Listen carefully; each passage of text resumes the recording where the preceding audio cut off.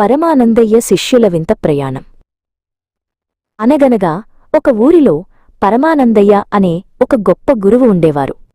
ఆయన చాలా తెలివైనవారు మరియు శాంత స్వభావం కలవారు. కాని ఆయన దగ్గర ఉన్న 12 మంది శిష్యులు మాత్రం పరమ అమాయకులు. వారు ఏ పని చేసినా అది నవ్వు పుట్టించేలా ఉండేది. ఒకరోజు గురువుగారు తన శిష్యులతో కలిసి పక్క ఊరికి ప్రయాణమయ్యారు. ప్రయాణంలో వారికి ఒక పెద్ద వాగు ఎదురైంది. ఆ వాగును ఎలా దాటాలో శిష్యులకు అర్థం కాలేదు. అప్పుడు వారిలో ఒకడైన గుండు అనే శిష్యుడు, గురువుగారు, ఈ వాగు నిద్రపోతుందో లేక మేలుకుని ఉందో చూడాలి. మేలుకుని ఉంటే మనల్ని మింగేస్తుంది అన్నాడు. గురువుగారు నవ్వుకుని సరే అని ఊరుకున్నారు. పొట్టి అనే మరో శిష్యుడు వాగు దగ్గరకు వెళ్లి నిశితంగా చూడసాగాడు. గుండు ఒక తెలివైన ఆలోచన చేశాడు. ఒక కర్రను తీసుకుని దానికి నిప్పు అంటించి ఆ కర్రను వాగునీటిలో ముంచాడు. నీటిలో నిప్పు పడగానే చెయ్యి అనే శబ్దం వచ్చింది. అది విన్న గుండు భయపడి వెనక్కి పరిగెత్తుకుంటూ వచ్చాడు. బాబోయ్, వాగు మేలుకునే ఉంది, అది కోపంతో అరుస్తోంది అని కేకలు వేశాడు. కాసేపటి తర్వాత మళ్లీ వెళ్లి చూశారు. అప్పుడు శబ్దం రాలేదు. ఇప్పుడు వాగు నిద్రపోతోంది, త్వరగా దాటేయండి అని ఒకరినొకరు హెచ్చరించుకుంటూ అందరూ వాగు దాటారు. అవతలి ఒడ్డుకు వెళ్ళాక పరమానందయ్య శిష్యుల తెలివిని చూసి మనసులో నవ్వుకున్నారు.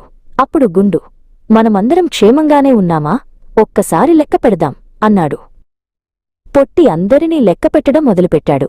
1, 2, 3, 10, 11. అరే, ఒకడు తక్కువయ్యాడే అని అరిచాడు. వాడు తనను తాను లెక్కపెట్టుకోవడం మర్చిపోయాడు. అది చూసి గుండు, నువ్వు సరిగ్గా లెక్కపెట్టలేదు, నేను లెక్కపెడతాను చూడు అని మళ్లీ లెక్కపెట్టాడు. వాడు కూడా తనను తాను వదిలేసి 11 మందే ఉన్నారని తేల్చాడు. అయ్యో, వాగు నిద్రలో మా వాడిని మింగేసింది అని శిష్యులందరూ ఏడవడం మొదలుపెట్టారు. పరమానందయ్య వారు చేసే తమాషా చూస్తూ ఆనందిస్తున్నారు. కాని శిష్యులు మాత్రం ఒకరు తక్కువయ్యారని ఎంతో దిగులు పడిపోయారు. అప్పుడు గురువుగారు, నాయన్లారా ఎవరూ పోలేదు, మళ్లీ ఒకసారి చూసుకోండి అని చెప్పారు. ఎంత చెప్పినా శిష్యులు వినలేదు. గుండు మళ్లీ లెక్కపెట్టాడు. మళ్లీ 11 మందే వచ్చారు. చూశారా గురువుగారు, మాలో ఒకడు లేడు అని శిష్యులందరూ గుంపుగా ఏడవసాగారు. వారి ఏడుపు విని దారిలో వెళుతున్న ఒక బాటసారి అక్కడికి వచ్చాడు. ఆ బాటసారికి విషయం అర్థమైంది. ఈ శిష్యులు తమను తాము లెక్కపెట్టుకోవటం లేదని గ్రహించి వారికి బుద్ధి చెప్పాలనుకున్నాడు. నేను మీ పోయిన మనిషిని వెతికిపెడతాను, మీరు ఒక వరసలో నిలబడి నేను చెప్పినట్లు చేయండి అన్నాడు. పరమానందయ్య ఆ బాటసారి వైపు చూసి తల ఊపారు. బాటసారి శిష్యులందరినీ బురదలో ఒక వరుసలో నిలబెట్టాడు.